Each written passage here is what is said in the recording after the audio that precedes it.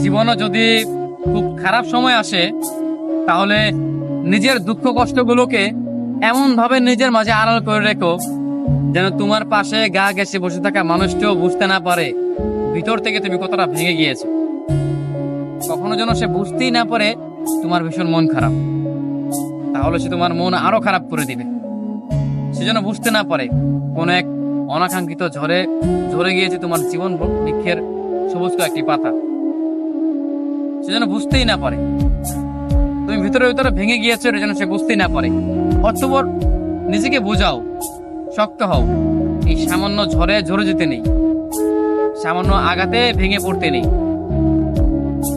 মানুষ বড়ই নির্দয়, বড়ই নিষ্ঠুর। ভেঙে যাওয়া মানুষটাকে সে আরো বেশি করে ভেঙে দেয়। তুমি যদি মন খারাপ করে কাউকে কথাগুলো বলো, তবে সে তোমাকে আরো ভীষণ করে ভেঙে দিবে। যদি খুব বেশি কষ্ট হয়, তবে একা একা কান্না করো। দরজা বন্ধ করে একা রুমে নিজের কান্নাগুলো নিজের সাথে শেয়ার করো, নিজের দুঃখ কষ্টগুলো নিজের সাথে শেয়ার করো।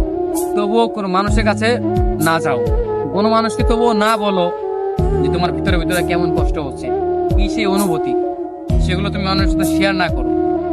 কারণ মানুষ বড়ই নির্দয়, বড়ই নিষ্ঠুর।